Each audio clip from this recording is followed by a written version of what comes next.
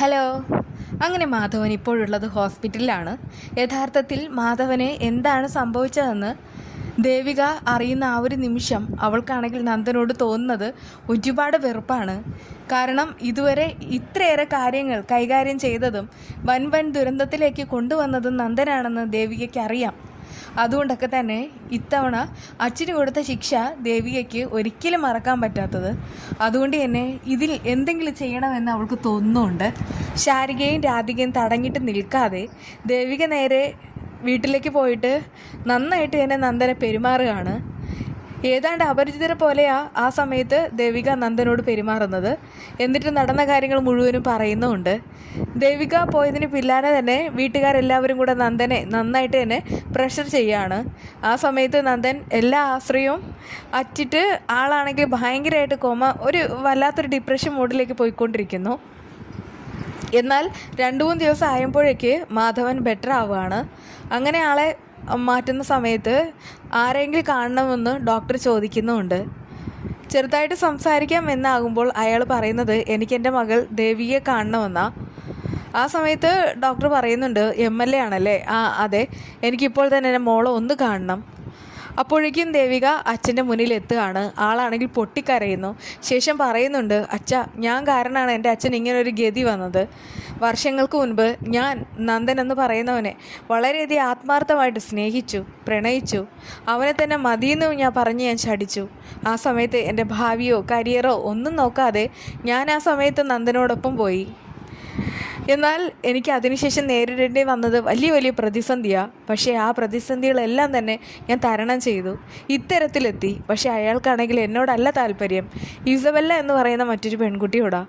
എനിക്കിത് ഒട്ടും സഹിക്കാൻ വയ്യാതായി എന്നാവുന്ന സമയത്താണ് ഞാൻ പ്രതികരിക്കുന്നത്. പക്ഷേ ഇപ്പോൾ കണ്ടില്ലേ, ഞാൻ എല്ലാം വാരിക്കെട്ടി അവിടെ നിന്ന് ഇറങ്ങിയപ്പോൾ നന്ദന് എന്നോടുള്ള ദേഷ്യം അച്ഛനോടും കാണിക്കാമെന്നായി. അങ്ങനെയാണ് പാവം എൻ്റെ അച്ഛനെ ഇത്തരത്തിലാക്കിയത്.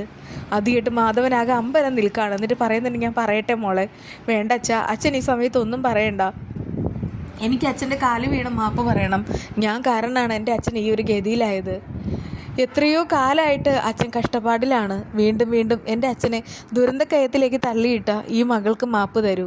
അപ്പോഴേക്കും മാധവൻ പറയുന്നുണ്ട്, മോളെ, അച്ഛന് കൂടുതൽ സംസാരിക്കാനൊന്നും പറ്റില്ല. എന്നാലും ഒരു പ്രധാനപ്പെട്ട കാര്യം എൻ്റെ മോളോട് എനിക്ക് പറയണം. നന്ദൻ ഇക്കാര്യത്തിൽ തെറ്റുകാരനല്ല. ആ സമയത്ത് അത് കേട്ട് ദേവികയ്ക്ക് ഭയങ്കരമായിട്ട് ഷോക്കാവാണ്. വേണ്ടച്ചാ, അച്ഛനാണെങ്കിൽ നന്ദനെ ന്യായീകരിക്കാൻ ശ്രമിക്കേണ്ട. അച്ഛൻ ഇനി എത്ര ന്യായീകരിച്ചാലും എനിക്കൊരിക്കലും നന്ദനെ സ്വീകരിക്കാനും ആവില്ല. ഞങ്ങളെ രണ്ടുപേരെയും ഒരുമിപ്പിക്കാനാണ് അച്ഛൻ ഇങ്ങനെ പെടാപ്പാട് പെടുന്നതെന്നും എനിക്കറിയാം. അത് കേട്ട് മാധവൻ പറയുന്നുണ്ട്, സത്യം പറയട്ടെ, ആ ഒരു സംഭവം നടന്ന സ്ഥലത്ത് നിങ്ങൾ ആരെങ്കിലും അവിടെ ഉണ്ടായിരുന്നോ? എന്താ നടന്നതെന്ന് എനിക്കറിയാം. അതെല്ലാം ഞാൻ വ്യക്തമായിട്ട് പറയാം. അങ്ങനെ അവിടെ നടന്ന കാര്യങ്ങളെല്ലാം പറയുകയാണ്. യഥാർത്ഥത്തിൽ ഋഷിയുടെ കൂട്ടുകാരുടെ തലയ്ക്കടിച്ചപ്പോഴാണ് തൻ്റെ തലയിൽ അങ്ങനെ അവിചാരിതമായിട്ട് കൊള്ളുന്നതും അങ്ങനെയാണ് താനീ കിടക്കുന്നതും എല്ലാ കാര്യങ്ങളും പറയുമ്പോൾ ദേവികയ്ക്ക് ഭയങ്കരമായിട്ട് ഷോക്കാവാണ്. ഇതവൾ ഒട്ടും പ്രതീക്ഷിച്ചതല്ല. നേരത്തെ നടന്ന കാര്യങ്ങളൊക്കെ അവളുടെ മനസ്സിൽ റിവൈൻഡ് ആവുന്നു.